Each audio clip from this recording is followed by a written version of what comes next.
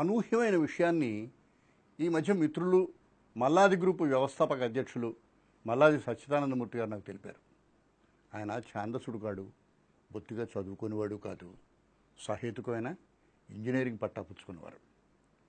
తులసీదాస్ రచించిన హనుమాన్ చాలీసా తెలియని, చదవని, వినని భారతీయుడు ఉండడు. ఇది పుక్కిట పురాణం అని, మత ఛాందసం అని భావించే భారతీయులు చాలామంది ఉంటారు. ఓ చోట యుగ సహస్ర యోజన పరభాను లీల్యోతాహి మధుర ఫలజాను అన్నాడు తులసీదాస్. పసితనంలో హనుమంతుడు సూర్యుడిని చూసి ఫలం అనుకొని ఆ లోకానికి ఎగిరేట. ఇంతవరకు ఇది పుక్కిట పురాణం ఒప్పుకుందాం. ఓ కోతి ఏమిటి, సూర్యుడి దగ్గరికి ఎగరడం ఏంటి అనిపించడం సహజం. సరే, ఎంత దూరం ఎగిరాడు? యుగ సహస్ర యోజన పరభాను. ఇది తులసీదాస్ కల్పించింది కాదు, శాస్త్రీయమైన తూకం. లెక్క చూద్దాం.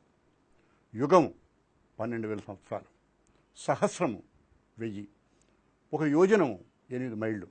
ఇప్పుడు యుగ సహస్ర యోజనం 12,000 × 1000 8 మైళ్ళు, 96 కోట్ల మైళ్ళు. ఒక మైలు 1.6 కిలోమీటర్లు అనుకుంటే అలాంటివి 96 కోట్లు × 1.6 1536 కోట్ల కిలోమీటర్లు. అమెరికాలో అంతరిక్ష పరిశోధన సంస్థ భూమికి సూర్యునికి సరిగ్గా ఇంటి దూరం నిర్ధారించింది. దీన్ని అంతర్జాతీయ ఖగోళ సంస్థ బలపరిచింది. ఈసారి మీ అబ్బాయి ఉత్సుకతతో భూమికి సూర్యునికి మధ్య దూరం ఎంత అన్నా అంటే ధైర్యంగా హనుమాన్ చాలీసా చదువుకో బాబు అని మీరు రికమెండ్ చేయొచ్చు. ఇందులో మనం గ్రహించవలసిన విషయం ఒకటి ఉంది. ఆ రోజుల్లో పెద్దలు మనకి కొన్ని పడికట్టురాళ్ళని ఏర్పరిచినా కేవలం కాకమ్మ కథలు చెప్పలేదు.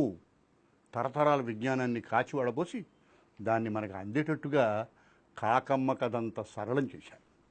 మనం అబ్బురపడేంత శక్తి సామర్థ్యాలు హనుమంతుడికి ఉన్నాయని మనకి చెప్పబోయారు. ఇంత లెక్క తులసీదాస్ మనసులో ఉంది, అతను చెప్పిన స్తోత్రంలో ఉంది. దానికి అంతర్జాతీయ సంస్థ మద్దతు ఉంది.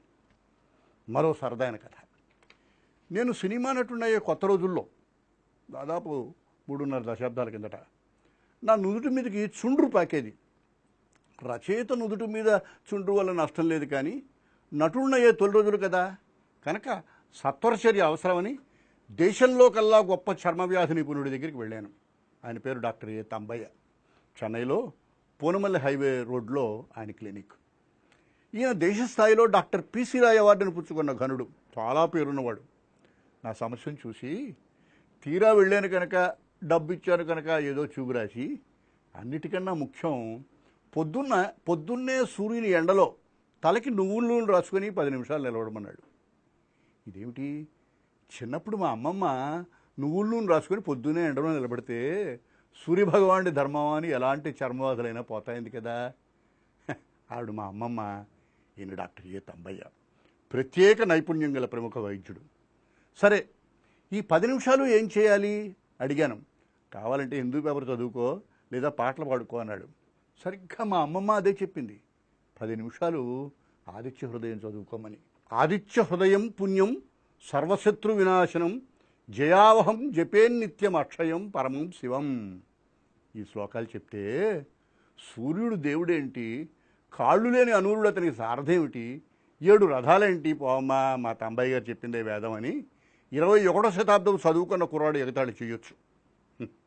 విజ్ఞానాన్ని విశ్వాసంగా మలిచిన అద్భుతమైన కాలం అది.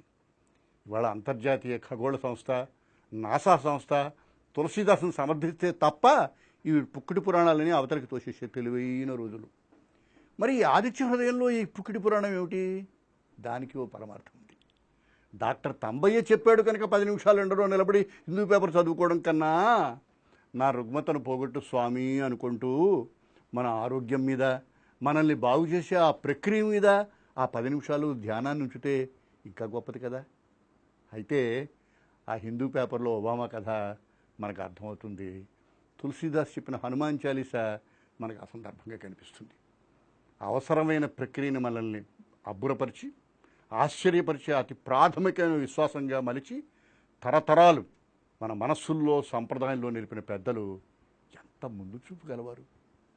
విజ్ఞానానికి ఎల్లుంది, విశ్వాసానికి విస్తృతుంది. విజ్ఞానం నిర్ధారిస్తుంది, విశ్వాసం మనసును ఆయత్తం చేస్తుంది. విజ్ఞానం మానవ మేధకు సంబంధించింది, విశ్వాసం ఒక జాతి వికాసానికి సంబంధించింది. విశ్వాసం మత ఛాందసుడి గుడితనం కాదు, సంప్రదాయవాది బలహీనత కాదు, ఆర్ష విజ్ఞానం సిద్ధం చేసుకున్న ముసుగు కాదు, అన్నిటికీ మిల్చి ఆలోచనకి తావివ్వని జబ్బు కాదు. ఏ కాలానికైనా, ఏ పనికైనా, ఏ విజయానికైనా ఉండాల్సిన ప్రాథమికమైన అర్హత. ఈ తరం చదువుకున్న మనిషి, మా మిత్రుడు ఫ్యామిలీ డాక్టరు ఎప్పుడూ నాకు మాట చెప్తూ ఉంటాడు. ఏ రోగానికైనా వైద్యం ఫలించడానికి 4 డీలు అవసరమని. అవి డయాగ్నోసిస్, డ్రగ్, డిలిజెన్స్, డెడికేషన్. అనగా రోగ నిర్ధారణ, మందు, శ్రద్ధ. 4వది కానీ ముఖ్యమైనది ఈ వైద్యం ఫలిస్తుందనే విశ్వాసం. చిన్నప్పుడు తేలు కుడితే మా నాన్నగారు నన్ను విశాఖపట్నంలో మంగళగిరి సీతారామయ్య గారి ఇంటికి తీసుకెళ్తే నాకు బాగా గుర్తుంది. ఆయన నా ముందు కూర్చుని పెదాలు కదుపుతూ ఏదో వర్లించేవాడు. నాకు భయంకరమైన బాధ. తర్వాత నన్ను నోరు తెరవమని నోట్లో ఏదో వేసేవాడు. విచిత్రం, మరో 10 నిమిషాలకు బాధ తగ్గడం ప్రారంభించేది. ఇప్పుడు ఆలోచిస్తే సీతారామయ్య గారు 2 స్థాయిల్లో వైద్యం చేశాడు. మంత్రాలకు చింతకాయలు రాలుతాయనే విశ్వాసాన్ని పునరుద్ధరించాడు. నొప్పికి అసలు మందు ఏదో ఇచ్చాడు. మందు వల్ల నొప్పి పోయింది, మంత్రం వల్ల విశ్వాసం బతికింది. ఇది అపూర్వమైన చికిత్స. నాసాని, అంతర్జాతీయ ఖగోళ విజ్ఞానాన్ని మాత్రమే నమ్మే ఈనాటి విజ్ఞత ఒక గొప్ప స్థాయిలో శాశ్వతంగా మన సంప్రదాయంలో ఇన్సులేట్ చేసిన మరో విలువైన చికిత్సను వదులుకుంటోంది. ఇందుకు తులసీదాసు, డాక్టర్ తంబయ్య, మంగళగిరి సీతారామయ్యలే ఉదాహరణ.